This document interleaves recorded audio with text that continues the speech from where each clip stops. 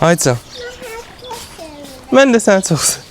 Hər şeyin od bahasına olduğu bir dövrdə kilosu 2 manata öküz ürəyi gilasları görən kimi anında bir yeşik aldım. Nə keçən il, nə də bu il mən kilosu 2 manata belə gözəl, möhtəşəm gilas görməmişdim. Həyatda ən sevdiyim meyvələrdən biri gilasdır, biri də nardır. Yudulca yeyirdim. Bir yeşik gilasın içərisindən bəlkə bir 5-6 ədəd türüyorlardı. Bir neçə gün öncə gilas almaq istirdim. Belə mağazaları gəzəndə gördüm ki, hətta kilosu 15 manata olan belə gilas var idi. Niyə görə mövsümdə meyvələr bu qiyməti olmalıdır? Mən çox maraqlıdır. Məncə artıq mövsümlərin heç bir fərqi yoxdur. Misal üçün alçanın mövsümü artıq bitir, amma ən ucuz alça hal-hazırda 5 manat. Mən uşaq olanda alça mövsümündə heç vaxt 15-20 manata alça olmazdı. Bu gilasların ən gözəllərini qışa elə saplağı üzərində dondururam. Öküz ürəyi gilaslar çox gözəl qalır. Balonlara həm gilas, həm qırmızı alça, həm də şaftalı doldurdum. Aromaları gözəl olsun deyə bəzilərinin içərisinə nanə cövhər əlavə elədim. 3 kiloluq balona 2 stəkan, digər butulkalara isə 1 stəkandan 2 barmaq aşağı şəkər tozu əlavə elədim. Əslində mən kompotları çox şirin sevmirəm. Əgər çox şirin olsa mütləq onu suyla açıram. Qaynatdığım qaynar suyla ağzına qədər doldurdum və belə qaynatdım. Qaynatdıqdan sonra ağzını bu formada bağladım. Mənə bunu bağlamağı anam öyrətdi. Görürsən ki,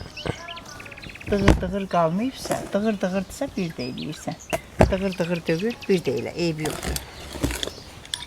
Artıq kompotlar hazırdır. Qışa keçən il cürbəcür gilə meyvələr dondurmuşdum. Mövsümləri bitəndə həqiqətən də açıb ürəyim istədiyim zaman yeyirəm. Bəs siz necə? Artıq qış hazırlıqlarına başlamısınız?